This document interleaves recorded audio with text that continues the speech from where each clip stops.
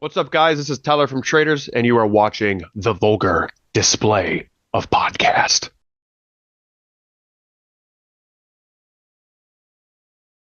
Hi, and welcome to the Vulgar Display of Podcast live from the Barn Studio. You got Professor Mox. There it is. We knew it. There it is. Anthony, Mike, and Dale. And we're joined online right now with a special guest. We have Tyler from Traitors. Tyler, how are you, man?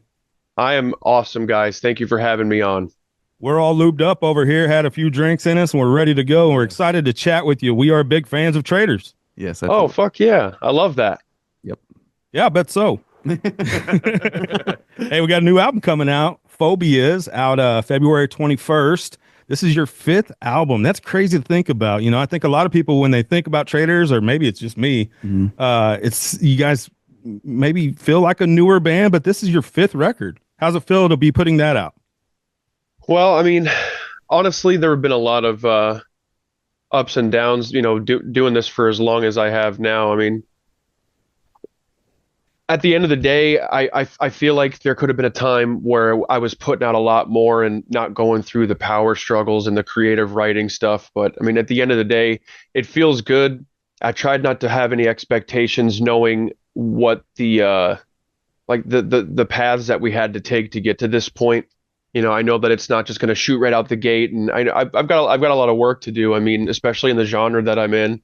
You know, I feel like I understand my place, and with this album, I'm putting it out there just to show people like, hey, we're still rocking. You know, I feel pretty good about the release so far. I feel like everything's gone pretty well with it, and it's really just the fact that I really enjoy the music and the creative control I've had to write it.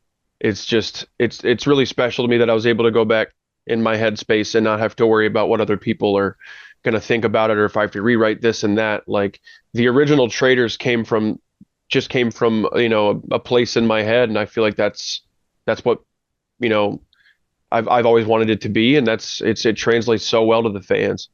Mm-hmm.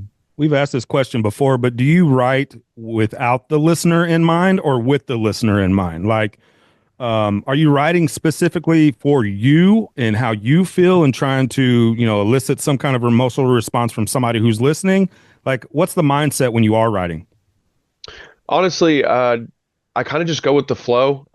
If somebody kind of gives me a conceptual idea, or like Night Terrors, for instance, was a concept EP, you know, I'm kind of just writing it's a lot of storytelling and personal experience stuff, and I feel like I'm kind of just letting my intuition write it, rather than having anything in mind. I kind of write what comes to mind, and you know, I kind of got to dig in some stupid places of my brain that I don't, you know, necessarily like to visit all the time. But you know, if I was going to write more commercial music, or you know, I'd probably write more with the listener in mind. But I feel like this is more from personal experiences, and I really feel like it's translated to helping a lot of people. I have so many cool stories from so many awesome people that are just like, dude, you know, your music is very storytelling, you know, and it really helps me out a lot, you know, with the experiences I'm having. So I feel like it translates in a more special,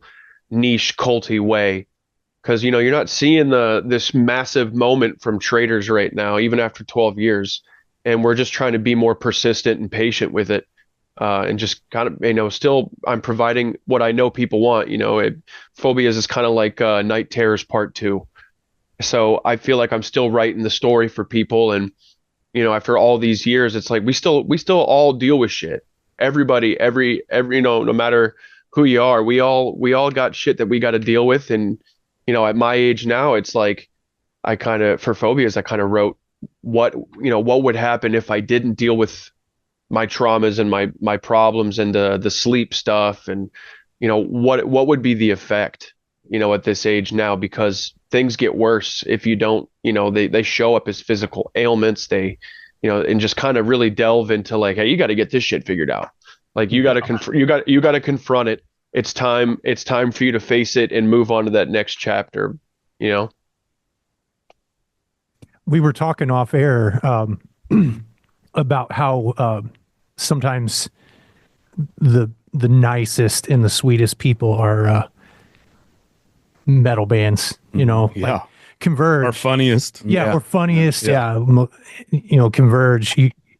I saw them and it was like so loud it vibrated my teeth for and but you talk, you know, and it's like kind of it's just scary. It's intense, you know, and then you talk to them after the show and they're like making little jokes and you know, it's like there's a misconception, you know, with metal people. And I think part of that is like getting some of that out there. Yeah. Is that kind of what you're talking about, Tyler? Where like you can express yourself in ways through you know, whatever it is, but through your music, you know, as a sort of a cathartic thing for you. Yeah, I mean, at this point now, I feel like when I was really young and writing the first Traitor stuff, it was just like help. You know, but now I'm able to like tap into the younger me and, you know, kind of uncover some of the old bodies, and it's not as cathartic, but it's still nice to be expressive, you know, and be able to express myself. I mean, I feel like it'll always be a helpful thing for me, but I honestly at this point now, I'm really just doing this for, you know, all the people that have my fans have, you know, kids and shit now. Like, you know, I'm only 32. Thankfully I started Traitors when I was only like 21. I was young. And yeah, it's just crazy to see because I don't have any kids of my own because Traitors is pretty much my kid.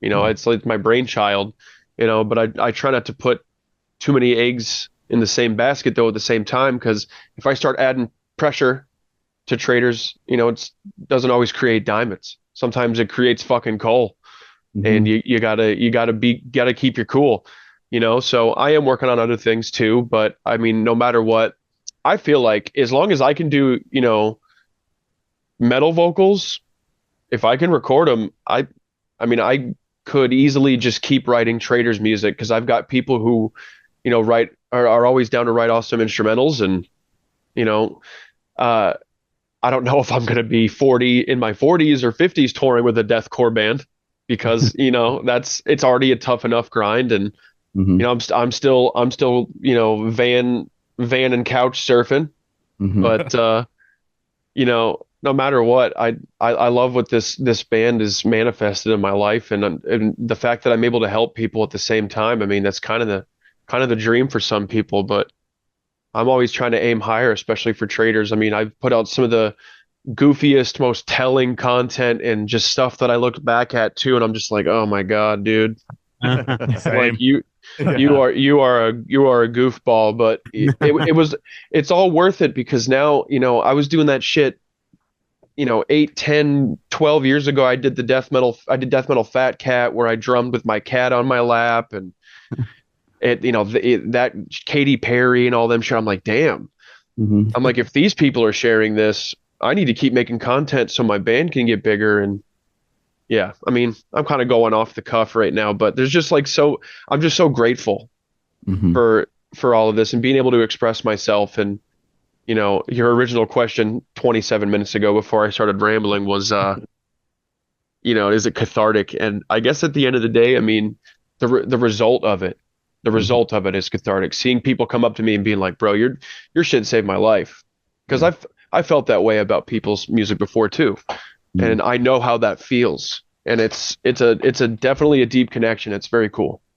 I think that's why we're all here. Yeah. Because of that. I also want to say shout out to your Walter Payton shirt right there that you're repping. Oh, thank you, man. Yeah. Speaking of Chicago, you guys were on the Miss May I tour. And me and a buddy made a road trip up there. And what was that like getting to go on tour with Miss May I when they were doing that amazing album, Apologies for the Weekend Full? Dude, it was like a nostalgic blast from the past. And it was so fun, man. I've been on a lot of tours, but you know, the vibes are good. But as I get older, I also realize, you know, a lot of these guys are just here to grind, to get their days done, stay positive. And, you know, my field trip days are behind me. Most of the time, you know, people are like, where's Tyler? I mean, he's probably playing, you know, Madden or hockey on his Xbox in the green room. And I'm just kind of chilling and waiting to you know, play a show. And It's just, those guys kind of all have this, like, it makes 6, 7 weeks seem like that, because everyone's just doing their job and everything is just staying, it's just really persistent. Nobody's really causing any issues, because I've also done tours on the mirror opposite, or the complete opposite, where it's like De-Stress the US 10 years ago was like 2 or 3 years of being a band, and we're all in our early 20s, and we're like with Barrier and Adalia and Villains and Gift Giver, and that was one of the craziest tours I've had in my life. But the Miss May I tour, it was just like a full circle thing, It's like you listen to these bands in high school, but everybody shows up to work. I feel like because most of the people on the package were like in their 30s now. So it was just smooth. It was just fast and smooth. How sweet is Levi? He's a friend of the show, and is that dude just not a saint? Sweetheart. Dude. Yeah. Dude, I love those guys, and especially he's bringing out his lady and his kid to the show, and they're awesome and fun to have. Everybody just has good energy, and he's just such a sweet dude. Yeah. I did not see him frown once. You won't. Yeah. No, he's got that man's got he's got persistence for real. Yep. Good show though. Good times. Absolute sweet. Oh, for sure. Yep. We want to shout out your publicist, Tori, with Adam Splitter. She sent over an advanced copy of Phobias. Yes. And we've been banging it all day, man. Oh, awesome. Yeah. So we've been checking it out. And obviously you have a couple songs released already, but your bio here says that you guys are a deathcore band, and I agree on that. I agree with that, but I would say you guys fall out of the realm a little bit with just some of the slower things that you do with your music. Would you, there's some slow, sludgy kind of things with that. Do you feel like, we don't really care about genres too much, but you guys sort of push the boundaries with that? Yeah, now it's the music is definitely a little bit more picked up tempo wise. We still, back in the day, dude, it was like, I think our slowest song was 55 BPM. Which your grandpa walks to. Dude, straight up. And it almost had like a doom, like a sludge metal vibe to it. And I was trying to write the heaviest thing possible, and just, I would scream so hard on that stuff, my face would turn fucking purple. But that stuff was so slow. We actually were approached by black metal bands. They're like, y'all throw on some makeup, dude. We'll take you on tour for like 3 months. Like you're a Norwegian death metal band. Yeah, I think it was Dark Funeral that wanted us to go on tour. They're like, this shit is awesome. Yeah. This shit is awesome. Yeah. So yeah, compared to now, it's a little bit more picked up. But yeah, back then, dude, 55 to 70 BPM was our first EP, I believe. And how do you keep your voice over a long tour? How do you save your vocal cords? When I get off stage, I just like, even when I'm having a good time, and it's loud, I'm projecting my voice still, and I feel like it's the yelling. I feel like it's the yelling and the talking over things that really start to wear my voice out. But I feel like vocals come from a different spot, and as long as I have my speaking voice, I should be good. And I'm not like screaming or, I got to stay hydrated. I don't really, I used to drink a little bit more often on the road, but now, that shit used to drive me out so bad. I would wake up and be exhausted or, not feel good. So I guess just kind of maintaining the same thing every day, just drinking loads of water and, not talking over everybody. And if I get too stoked during a live set, it's going to be tough, because I'm trying to, when I get on stage, I feel like a heel. I feel like a wrestler. Like I totally channel this different character, which makes it even more fun to come out to a live show. Oh, sure. When I was younger, we had a bigger compliment was, you guys sound just like your album and your EP. But as I got older, I'm like, well, I want you to come out to a live show, and I want it to be a unique experience. So I started changing up the flow a little bit. We have a couple of pit calls where people jump up on the mic, but for stuff in between that, if people aren't moving at some of our shows, I don't care. I don't care how you enjoy it, but you got to be doing something. you know, jump around or bob your head a little bit. Yeah, just show the energy back. And if I'll straight up stop doing vocals sometimes and just start cutting promos at kids. I'll be like, you with the fucking camera out there, what are you looking at? You know, just anything I can. I love crowd work. I love crowd control in a live setting. It's so fun. Yeah. Got a little stand-up comedy routine going on too, working the crowd, right? Yeah. I've been putting one together, dude, but I don't know if I don't know with the kind of jokes that I have, I don't know if I could be playing metal and doing stand-up routines. I don't think it would meld together. I feel like they're like, what the fuck is wrong with this guy, dude? We're big fans of stand-up comedy just in general. We do some interviews with some comedians as well, and I think that's awesome. We've talked about it before. Like even somebody like Jim Florentine, who is a metal fan, the worlds to me seem pretty similar. They seem pretty similar. Mm-hmm.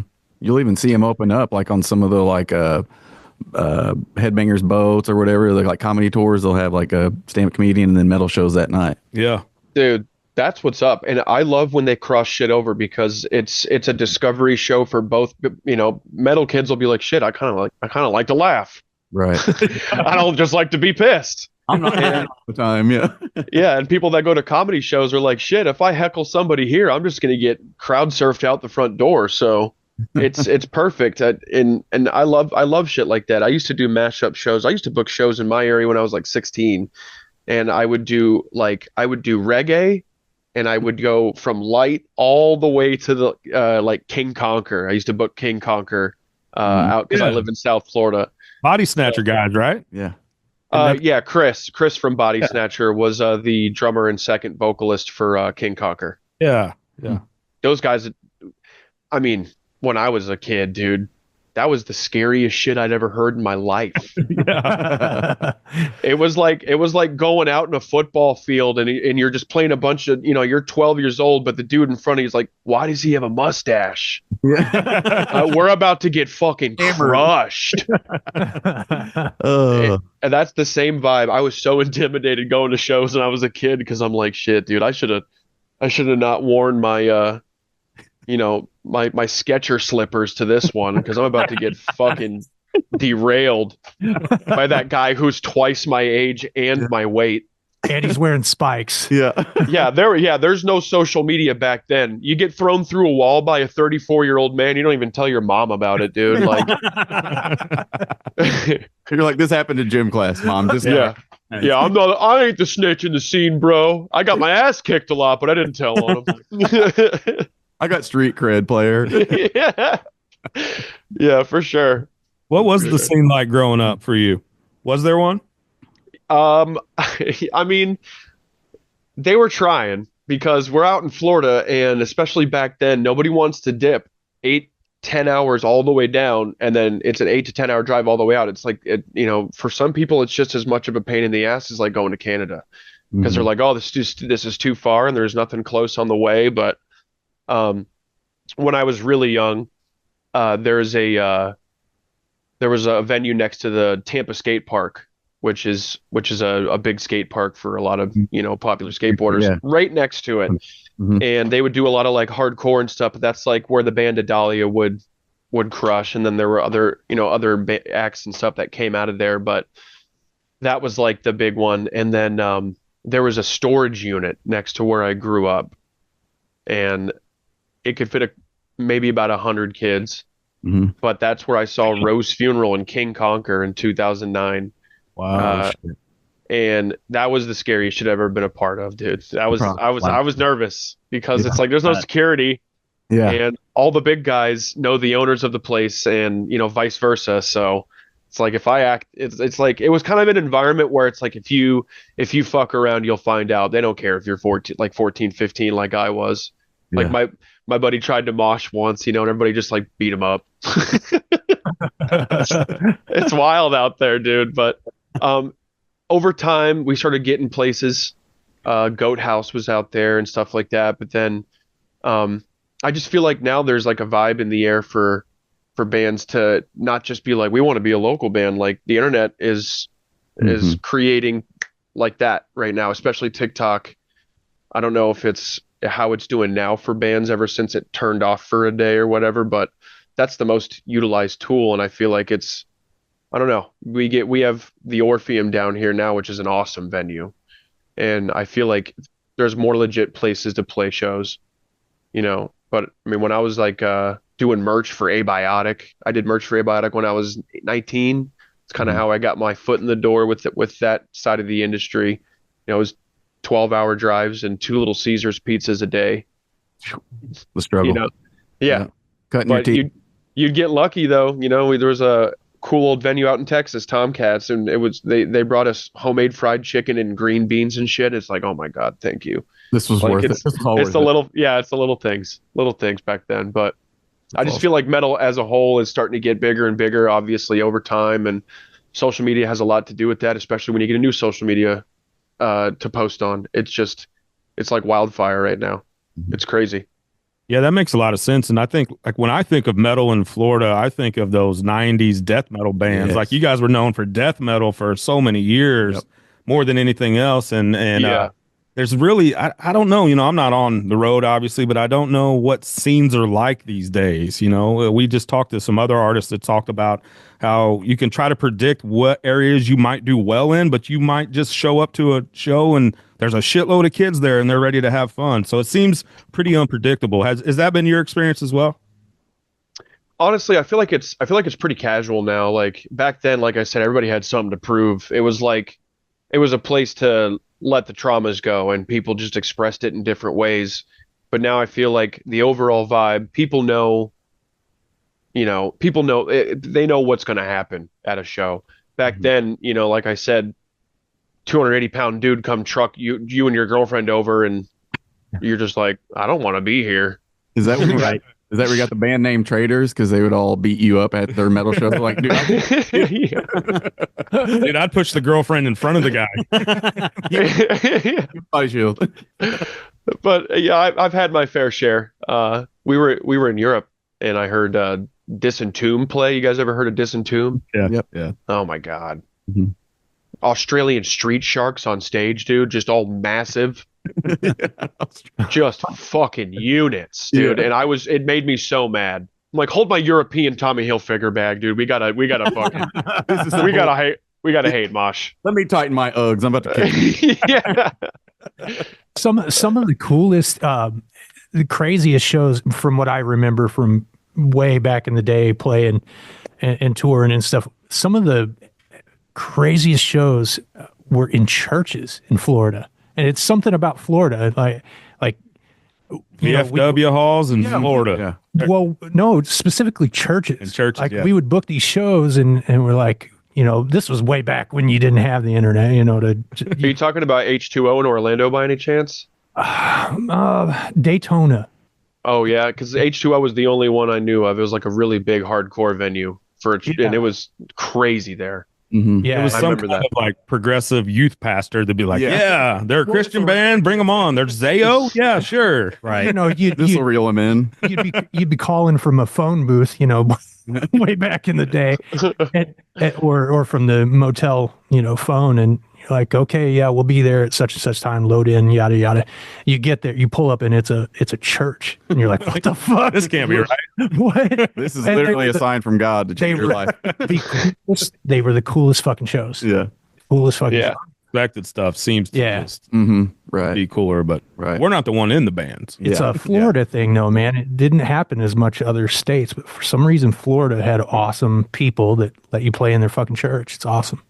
Yeah, there's actually a venue up in PA, and he renovated a church into a record store, and then the lower half is a venue, and then he has like a church style venue at the top, and then his all the way up, he rents out an Airbnb.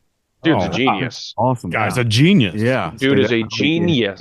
Yeah. Stay there for the weekend. That'd be cool. Maximizing space. Yeah. Diversify. Dude. Yeah. And it's like a 13-bed Airbnb, so he's doing it right for sure. But that's one of my favorite. I think it's in New Kensington. I gotta do my facts here. But do the bands stay in the Airbnb? Yeah, and he does a discount. He's a good man. Holy shit! Yeah, brilliant guy. Chad. This guy's a genius. Yeah. This is my favorite one. He's like, I actually got all the stained glass appraised and he sold it to museums. And I'm pretty sure he made a biscuit off of that too, because he's like, they were fucking big. They were like as big as my house. Wow. Yeah, that's a smart business model for sure. I was like, dude, this is it. This is super brilliant. Yeah, got to figure it out. America, baby. Yep, that's us. Preserving underground. Oh yeah, 156 Silence talks about that. Yeah, that's the spot. Yep. Yeah, their hometown place. Zayo plays there a lot too. Yeah, they're awesome. He's an awesome dude, and he's every time we played a show there, he's there, just doing a little bit of everything. They got a concession stand. They got a kitchen. They're fucking killing it, dude. I want to move in. I love this guy. Yeah. We stayed at the top floor for 2 nights with 3 bands. He's got a movie screen, so everybody was playing video games on the movie screen, and I cooked a bunch of food because he had a kitchen, so I'm cooking up like 20-pound batches of Alfredo and shit for the guys. I love cooking. Love to cook. So that's the most fun part. I have a Blackstone we bring on the road. I try to cook as much as I can when I'm on the road. That's dope. How did you leave the next day for tour again? I'd be like, just leave me here. We gotta go tell 6 again. 100%.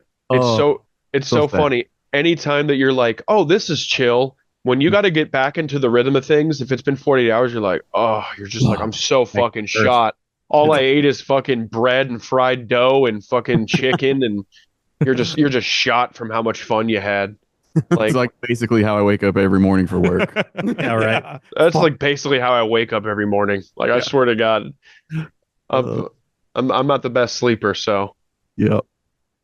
It's a lot of fun we're having here. We're with Tyler from Traitors. This is the Vulgar Display of Podcast. New album, Phobias, out on February 21st. I didn't see a tour announcement. Are you guys hitting the road in support of this? Yeah. We're going out March 6th to April 20th with Crown Magnetar and Yosemite in Black. Nice. Oh, churches and Airbnbs only. Preserving ground for a week. We got to. Dude, yeah, that's what we're trying. We're trying to hit the fun spots. Yeah. We got a residency. Preserving ground. It's like a terrestrial cruise. It's great. What type of tour? Are you going all over the country, or? Yeah, we're hitting the pretty much every corner of the U.S. except the typical. Never seen a Maine show. Never been to Maine. Never seen a single Maine show in my career. In my 12 years, I guess maybe they don't have a lot of people up there that listen to metal. So I'm trying to hit one Maine show, man. Yeah. But that honestly, I'm super stoked for it. I mean, there's a lot of work when you have to do a headliner. There's VIP and all that shit. It's all worth it because you get to meet your most awesome fans and shit. But I'm still trying to manifest. Like I said, I'm a big wrestling fan. I'm trying to hit that Cruise of Jericho. I'm trying to cut a heel promo on Chris Jericho and then have him put me in the walls, dude. Like, I don't think this dude's ready. I can sell a stunner like a motherfucker. You're like, Can't we all? Yeah, you're like, I've been getting beat up in metal shows my whole life, sir. Yeah, I've just been getting my ass kicked since it was even before the Trampoline Wrestling Federation. Yeah. We would burn CDs, put the theme, all their theme songs. I'd come out as Triple H or something. I'm gonna sell the stunner. I ain't kicking out.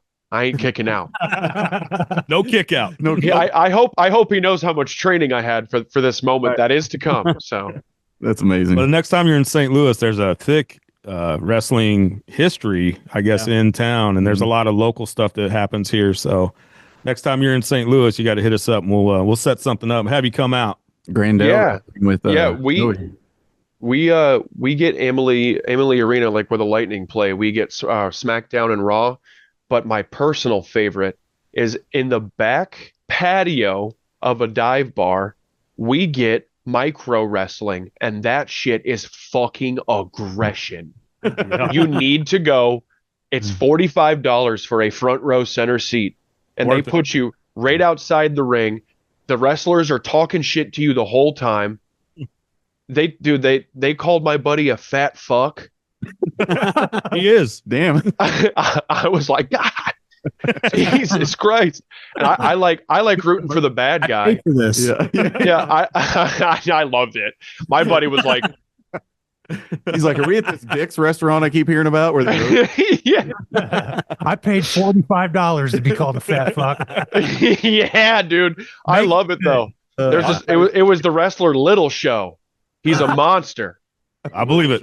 He's an absolute monster. Yeah. So when you say micro wrestling, You know what he's. Yeah. is he You know. little It's people? it's little people, yes. That's why he's called the Little Show I instead am of the Big so Show. naive, man. You can't call him nothing though, because they'll just cut an even worse promo on you. I try to root for the bad guy, so I rooted for Hot Rod. Hot Rod's yoked. He's got lightning bolts on the sides of his pants. He's got And dude, I was like, let's go, Hot Rod. And he looks at me at dead my eyes. He's like, shut your bitch ass up. Yeah. I love that shit. I love the bad guy. I was a huge Razor Ramon fan growing up. He flicked the toothpick at the camera. Yeah. Yeah, absolutely. Somebody threw a beer can at Razor Ramon's head once, and it only made him look cooler. Yeah. Do you put this? Do you feel like in your performance? 1000%. Yeah. Yeah, he's like, I'm a heel when I'm on Yeah, stage. you- When I'm on stage, I'm the bad guy, dude. Yes. Okay, That's okay. amazing. Stand up 100%. comedy. I'm the heel. Yeah. Oh, I also sing metal. Yeah. Yeah. Go on. Dude, it's And just the cook. start. yeah. And cooks. Yeah, and a cook. Yeah. There's got to be something off about this fucking dude, I swear. Renaissance man. Yeah. It's great. Tyler, we really appreciate it. This has been a fun chat, man. Yeah, and good times. Thank you. stay safe out on the road. We're looking forward to this album. Phobia is out February 21st, and we're already rocking it, but we're gonna rock it some more. Thanks so much, man. Dude, thanks. Yeah, dude, thanks for having me. I'm glad I could talk about Razor Ramon and not really my album, but honestly, I'm not worried about that shit at all anyways, man. It'll all come. I feel like people are going to listen no matter what. So, Yep, for sure. Sure. Thanks so much, dude. Yes. yeah, appreciate you guys so much, man. Thanks for having me on.